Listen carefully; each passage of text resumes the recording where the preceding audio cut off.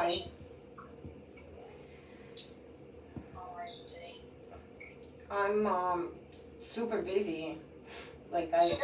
yeah, I'm skipping lunch right now because I didn't plan very effectively. So now I'm skipping lunch. My kid's like eating lunch without me. Okay.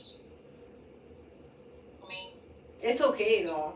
It's okay it because is I'm just 30 gonna minutes. Do reheat you think it he and will be eat done it in while 30 he's doing minutes? something else. What? Is he a fast eater? Do you think he will be done in 30 minutes? Mostly. I'll be done like before he needs me, whatever. Maybe you can still join him for a little bit. Yeah. Depends on how fast he. Yeah. Exactly. And I think I'm catching a cold or something. I mean, we are in the season of colds and stuff. Yeah, that would not be unexpected for sure. It's everything about it now because today it's warm, the day before it was windy, and it's just endless sense of never know what to wear and either underdressed or overdressed. Yeah, that's what we're getting at. For sure. How was the mood of the week? Sort of same too, just very like tedious and very like I didn't have time for anything. I had to like I thought I had to find a new place to pay my bills too. That took a while, and then the place that I was using before it reopened. They just closed for like 2 weeks, so now I have to go check just to make sure it's like still kind of unbelievable that they closed or not, because it would have been like a whole big ordeal for me to get a new debit card because I don't have like the proper IDs, so I would have been like out of luck if they didn't reopen. Are you planning to get the IDs anytime soon? I'm trying, but they cost money, so I'm trying to like save up for it. Sometimes I get discouraged. I'm like, shouldn't I be on my health and stuff? Like trying to, because it's always something. Because you know, like I'm thinking, oh, maybe the IDs will help me. I'll feel more confident having proper documentation. But then sometimes I'm like, oh wait, but nobody like, nothing's really that functional that say I did have an appropriate ID. Like somebody would mind me more or something. I don't know. I mean, ideally, yeah, it's supposed to help you with everything, pretty much. With applying to certain things. I mean, getting an ID is just one less headache, I guess. Also. Yeah, I just sometimes I like, I don't know, I just feel fake like sort of doing stuff like functional stuff because I think, oh my god, like okay, I can't prove a lot of this junk, but it feels like the paranormal could be like overwhelming me, you know, like, and it's not things that I imagine, it's just, you know, what's real. What do you mean, things that you imagine and what's real? Like people like stand me up and stuff, and I start wondering, oh, cause like I made an appointment with a stranger. It was like a cat business situation, whatever. And then I'm like, wait, but maybe this was because he's somehow tied into this FBI scenario, you know? So I don't think it's my imagination. It's just like everything is sort of like has like some level of dysfunction to it in my life, whether you know it's just like unachievable because of this situation, or it's just something that makes it like more difficult, or just emotionally difficult. Like I've just find life like emotionally difficult, you know, just to find motivation, you know, because first it's the energy, then it's the motivation, and then it's like you have to keep that up too. And some days you just sit there and you're like, why am I doing any of this shit? And what would happen if I stopped? We've been talking about it a little bit last week about what it helps not being a target and how different it is not being a target. Do you remember our conversation? Not really, no. I mean, if you're interested to reopen it and start from Sure, because fresh. like I don't understand like how do you not be a target though? You know, it's not something you know that I choose to be a target. I don't choose to be a target. What is the sense of target specifically? Like, how does that feel for you? Say, difficulties in applying for any documentation, whether it's IDs, passports, insurance cards, any sort of stuff. It's equal. It's pain in the ass for all of us. I'm sorry, repetitive, but it is. Well, not because I guess Buddhists, they say whatever you focus on, where your brain is at, that's what will grow. Because if you just take those things as inevitable, there is this concept of radical acceptance. This is basically where we're meeting the life where we at. Not trying to run away from reality, but also not trying to pretend that what's happening is not happening. And it's a little bit of, I would say Eastern strategy of handling things in a way. Because if I know, for say, that it takes time to go to DMV, I'm not going to say that it's difficult or pain in the ass, because I know it's always something. It could be a long line, it could be a couple of hours of wait, it could be some people that are very, I don't know, It's just that me going to DMV is not you going to the DMV, and like I wouldn't know how to explain that to someone that's not me or that's not very, very aware of like what's going on, and how this sort of situation happens, like it's different, and whoever I'm telling this to, they're gonna keep at it saying, oh, no, it shouldn't be that hard, yada yada, but it's like, yo, I don't even know what to say, because I'm just sitting here like, who's game on this, and like who's gonna like win and lose? I just don't feel very in control of my life, What can help you to gain the sense of control? If you have it, how that would feel like? Like I could process the situation like rationally, and I have people that I trust are reaffirming it is what it is now, and maybe like even like a couple years goes by where I'm not being harassed, then that's when I'll feel secure, because honestly, like we're still like not at like understanding how shitty this is what I'm trying to say, like. Well, let's imagine less shitty feeling. If you would do things that are the same for all, but take you an extra strength and extra time to address certain issues like applying for IDs, how do you think, if you can have the sense of like security doing those things, how that? Well, I'm gonna keep doing what I'm doing. I'm like a bug, like it's like in my nature. I will do this, and that, and they'll seem like, super important to me, and they'll seem like menial chores to someone else, and like a third party, maybe somebody like a police officer watching will seem, well, that's normal, but it's not normal, because I like don't like I take my responsibilities, but it's almost like I don't take like pride in them the same way, and I don't have the same conviction that I'm doing the right thing, because everybody else is crazy. I also don't feel like I'm doing the most terrible wrong thing, and I'm not gonna fall somewhere and hit rock bottom or something like that, but again, it would take like someone that cares to actually do something about FBI harassment that's serious, So,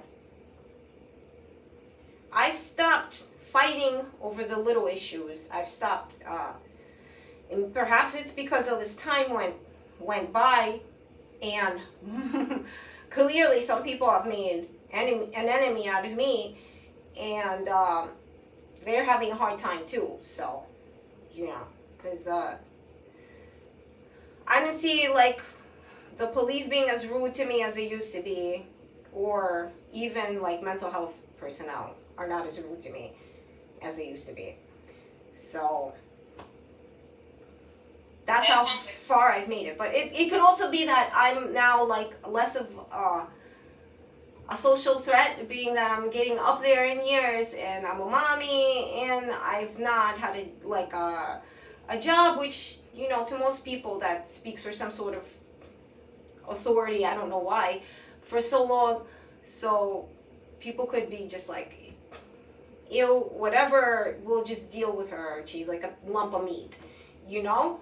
So maybe like all those people that were being rude to me before, like they felt the need to emotionally engage themselves, and these days they do not, because I've fallen so low in their eyes that they don't have anything to say to me. It also could be that this situation is so goddamn like atrociously difficult at this point that they have nothing to say to me. They're all sitting there, every which party, like the police, you're like the mental health part, whatever, are thinking, if I say something, what am I liable for if this does resolve in her favor, you know? So that's how I process this whole scenario, because it's real, even though I can't prove it. And I don't want to feel like a lump of meat, but every time like we talk, I feel like I gotta fortify against this, like emotionally, that I am a lump of meat, and world and its mechanics is much grander than me, my family, my emotions, you know? Do you talk about these topics with anybody else though?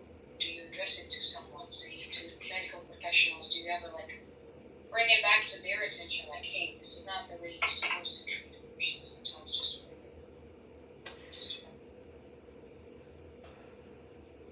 I don't know. It's difficult to have that sort of discussion with them, because I'm not sure, you know, how many of them like they have a personal agenda of really helping their patients, and how much time also they have to listening to my individual demands, you know. So I don't know. It depends on which individuals it would be. I try to treat people. I go back and forth like this. I go between, I'm going to treat them individually, but I don't know. Because sometimes I try to keep in perspective that they're individuals and they have a way that they work, you know? Because, like, I'm not going to, like, go to the ice cream. Like, I'm not going to, like, go to the fire department asking them for ice cream, you know? So this is why this goes on and on and on, and it goes between like unbearable amounts of stress to this is like tedious, and I feel morally like heavy with you know, just trudging through my daily, and then I don't even know like if there would have been a better way for me to like blast through the paperwork and say, God damn it, you know, I swear to God it's FBI is harassing me, you know? How do you think you are able to avoid all of these, or survive, or jump over all of these hacks, or all of these nets and sets that FBI is trying to catch you? I think because I am being publicly surveilled on some level, people, like, they don't want anything, like, bad to happen to someone that's being, like, that they would have to explain later, you know? So all of this is just mostly, like, they try to toy with me emotionally more than, you know. But on occasion, you know, I don't know what's with the food. I just don't feel secure. I feel like once you are exposed like this, like, what is my goals, my plans? Like, there's a plateau for me, whatever it is, because obviously, you know, I'm being surveilled. That means all my finances, all my motivations, they're all out there, and it's just human nature. It's human nature to take from others. Like, we try to pretend we're good people, whatever, but initially, like, why? What would their motivation be? I'm not a criminal. well, if you're not a criminal, and their motivation again, it's this case where if they wanted to do something and stop this, mind you, or affect your life in any other way, they probably would have by now. Don't you think that there would be some like big changes? See, if we compare the last But 3 it's years. funny that I've trudged through my life and it was like a half life. Like I feel like I mean, not much happened, as in not much like bureaucratically that you could say, oh, this is like this drama is too heavy. Yes, we have to find a responsible party. But look at all these other things. Like look at how I live. Like I don't know. Like why can't I find my other children? Like per se. You know, shouldn't they be theoretically like on the internet? Or like this old lady, I was trying to communicate with Morgan's grandmother. She just disappeared too. I don't know if maybe I'm being put offish once I you know, like start talking about this stuff, but I didn't talk about my kids. I mean, I didn't talk to my kids about FBI or anything like that, so they wouldn't do that. They're just not anywhere on the internet to find, you know, and I don't know, it's just like, it's difficult to talk about because some things are like so obvious to me, but you'd have to be present to accept them as fact, you know, because if I tell you that, like, oh, look at this person, they're sitting there watching me, you wouldn't be able to tell me if they are or if they aren't unless you were right there, you know? Well, you see, with FBI, I think they also got some limits. I think if you say that that you are under surveillance, I think that this will be applied to your children as well. And like, what are the acts that you were trying to do to find them? What were the authorities that you tried to contact, or agencies like? I didn't. I just went on the internet, you know. But so you see, in there, do you really believe that this is them trying to hide information from the internet? Because like, you can probably call family services, like who started the case to take them away from you. They definitely have the case open. There's probably a person. Exactly, but it's like definitely you can do that, but that would be like the only way that I could find them. I could never do it like casually, you know, just to say hey, because they're of adult age. They're not like child age children anymore, you know. And like in fact, actually that time period that I could have like with one of them, with Robert, that I was like trying to find him, I could have went to family services. I was having a very hard time in my life, so I didn't do that. Like I didn't go to family services, and I don't know, and it's not because I'm a bad person. I still feel like if I ever saw this person, I would tell him it's because your father used you, basically, and he would believe me. I should say. If he was smart, he would believe me. But you know, that's all relative and vague because you know, sometimes people like to point out like how we live and stuff, and his father would probably say something like, but I only did that because look at how they live, you know? So you haven't been in touch with nobody of the children or their grandma or their father? Do I understand it correctly? Not for years now. Not for years. The grandmother, she wanted to find, not my mom. Are you there? Because your face just froze. Yep. And I was writing to her, but then something happened and she sprained her wrist or something. So I wrote back to her and she didn't write back. So I'm just sitting there kind of like hoping she's okay, and she thinks I'm nuts. Not something happened to her after she sprained her wrist. Because, you know, like, they're getting old now. And my mom, too. Like, my mom, that's another thing. Like, I feel like reaching out to her, right? And then I feel like then she'd be, like, concerned and she'd be, like, talking to me. And all this, I couldn't really explain to her. Like, she'd be like, what? What FBI? What are you talking about? You know? So I don't even bother, like, really talking to her. But she's getting older. She's going to be, like, you know, sundowning soon. When was the last time you spoke to your mother? Also years ago. Like, I think 2019, I think, was, like, a long time ago. Because, Is there a reason for that? Is there bad blood between the two? it's not bad blood. It's more like what's happening now is like with me and my kids. Maybe like this is just I have to handle so much, and she probably has stuff she has to handle, and we never even like communicate, you know. And then it just kind of like we grew apart or something. Well, with growing apart, feels like it's permanent, but in fact, once you start talking to the person, it is regaining this confidence in the fact that there's still something for us to talk about. Like, it's never done. Never done until it's done, you know, while we're still alive, while we still can talk. That's the way I feel. So that's the way I feel like I have to get over this hurdle. I just don't know how. And I'm either putting pressure on people around me, including you, to help me with this, the FBI. But Or see, you, my ex, everybody. Or, yeah, no, it's like wasted energy. You're telling me that. that is the sense of agency that I will bring back to you, because there is nothing I specifically can do. I'm here to for us to talk about it and make a list of steps to make sure we follow up plans and share how that to do this with them.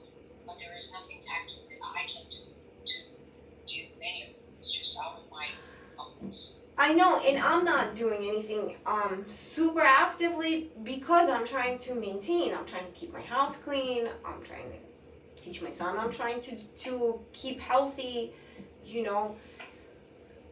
I feel like, you know, these sorts of things maybe don't even happen when somebody's like what? Then everybody would just be like, hey, I want an FBI job or help me out with this, and that just doesn't work. So I feel like it would really not be up to me maybe, or sometimes I have to like just focus on, you know, like with these stress levels, like just maintaining, like trying to.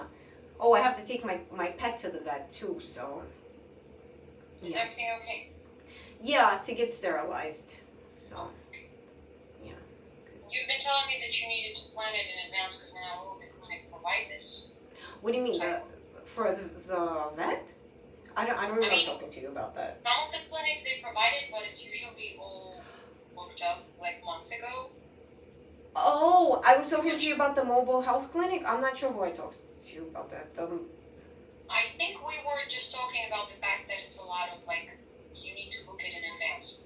So you found. Oh yeah, I found out though. I do have to book it in advance, and I found out that's the mobile health clinic. They do free neutering for I think everybody, but there's also if you have public assistance, which I do, you could go to the regular ASPCA and book an appointment.